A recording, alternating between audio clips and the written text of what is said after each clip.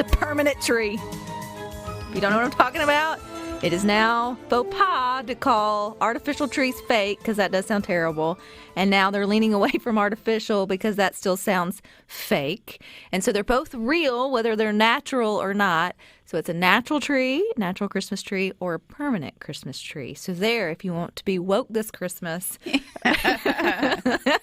please identify your trees in the appropriate terminology. But they're just Christmas trees. Yeah. So do you have a natural or a permanent? I have a, right. This year we got a cheap fake one. Yeah.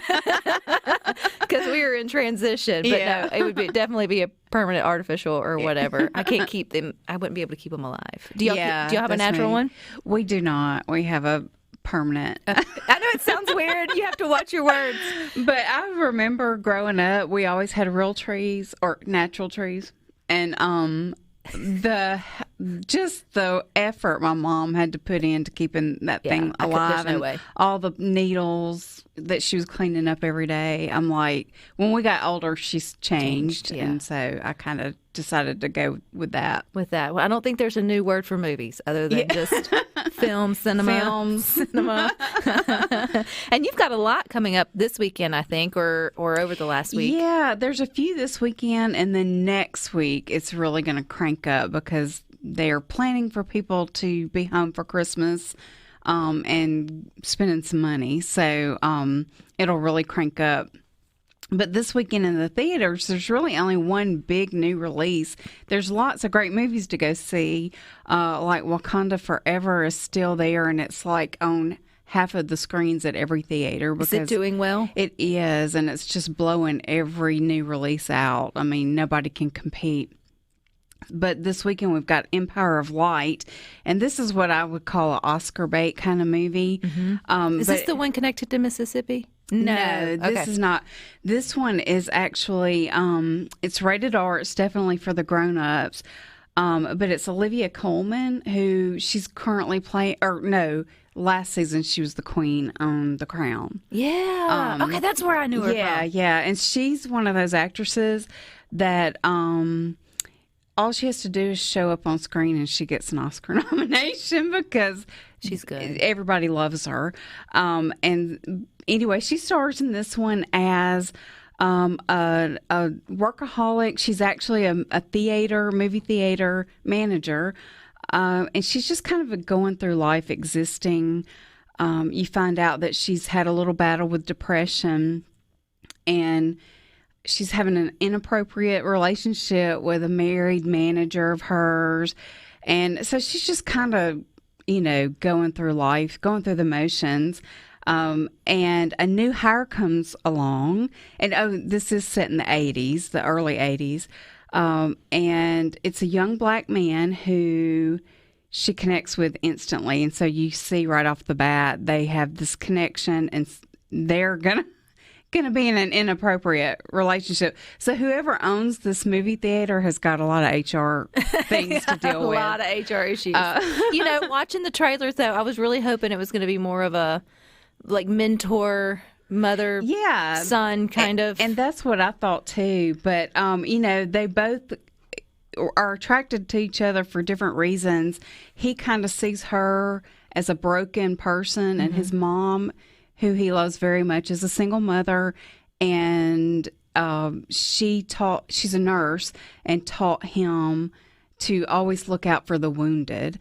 And so he's attracted to her because she's a wounded soul. And then she's attracted to him because he's so young and charismatic and fun to be around. But she quickly learns, the difficulties he has to go through every day because of his race and racism that exists. And then, of course, he sees her struggles. And, of course, I won't spoil anything, but it's one of those movies where you just kind of dig into their lives for a little while and step right back out. It's kind of one of those life goes on kind of movies. You saw this one? Yeah. Okay. And it's definitely for the grown-ups, which kids wouldn't want to see it anyway. And that one's out this weekend. Yes, that one is in theaters this weekend. And then also in theaters just for 1 week, but it's also on Netflix. That is the new animated version of Pinocchio.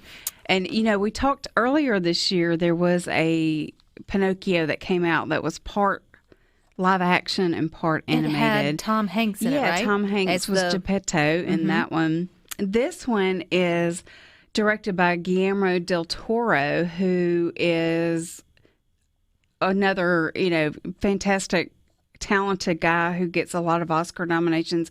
He won for The Shape of Water a few years ago. Last year he had Nightmare Alley, which got lots of love.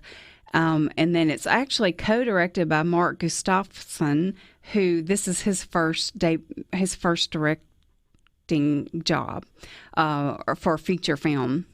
But this one is also on Netflix, so it's one that you could watch either way. But I recommend seeing it on the big screen if you can, because it is beautifully done. It's stop action animation, which I really like the way it looks. This story is a little bit truer to like the origin story of Pinocchio. And so it's a little bit darker. So one thing I would recommend, if you've got younger kids it's PG, if you've got younger kids that you're thinking about letting them see it, you might want to look at it first, because it does have some violence, lots of war, lots of death, and so, just a little bit of darker version. Disney movies just were a little darker back in the day. Yeah, like the original. yeah. I mean, we know all of the characters' moms are dead. I mean, so, but anyway, so it's really good. It's, the story of Pinocchio we all know, but I've really enjoyed this one. And the other thing is, we always know Jiminy Cricket. In this one, he's actually just named Sebastian, which is weird or different.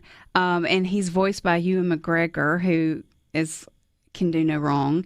And the little guy that voices Pinocchio, his name is Gregory Mann, and he does such a great job. But I think it's definitely worth checking out. And it always amazes me how when you have a movie subject come around, it seems like they come in twos. So we had 2 Pinocchios this year. We had 2 stories about Emmett Till, so I always find that interesting. I guess when it gets the green light, they kind of just, hop on it or whatever. I hope this Pinocchio, I enjoyed the live action one. I thought Tom Hanks was wonderful, but I felt like the story lacked a little. I don't know. Yeah. There was it left you a little Yeah, and to me, this one goes a little deeper, and you see more of Geppetto's backstory with his son and everything. So yeah, I enjoyed it. You got anything else for us? There's one more, and this one is exclusive to Netflix. So if you're wanting to stay in, this is a good weekend. But is the newest version of Matilda, but it's Matilda the musical. So this movie is based on the stage musical. But we all know the story of Matilda. To me, she's kind of like the Annie, little orphan Annie, but she's got parents. And her grief and abuse comes from her school. But she's a brilliant child who reads a lot. She's super smart. And her parents discourage her from reading and tell her, you need to go watch more TV, polar opposite of any other parent. But because she's so smart, she starts school at a younger age than most and quickly comes into contact with not so nice characters. She's got one teacher, Miss Honey, that inspires her, and then she's got the headmistress played by Emma Thompson, who is very mean. And Emma is she's unrecognizable in this movie. They've put a lot of weird makeup on her, but she's really big. The character in the book is really muscular and strong, and so they make Emma Thompson look like that, which is fun to watch. So that's just on Netflix? Yes, just on Netflix, unless you live in England. Not this weekend. Then it's in theaters. I don't know what the next weekend will look like, but this weekend, I think I will keep my zip code here. Yeah. And then one other I forgot to mention, we talked earlier this year about Father Stew. It's being re-released. And the interesting thing is, it is called Father Stew Reborn. And the original Father Stew was rated R. This one's PG-13. Oh. So they've cleaned it up just a little bit. Some of the language wasn't necessary. Yeah, the language was really bad in the first one. But when I watched it, I thought, it really shows the transformation he went through. But yeah, so they edited it for this re-release. Real quick, you got it. Nick's a debate. Die Hard Christmas movie. Yes. Oh, we will pause there. We'll bring that back next Friday. You gonna start it all back up there, Tanya? All right, stick with us. We got more for you up next.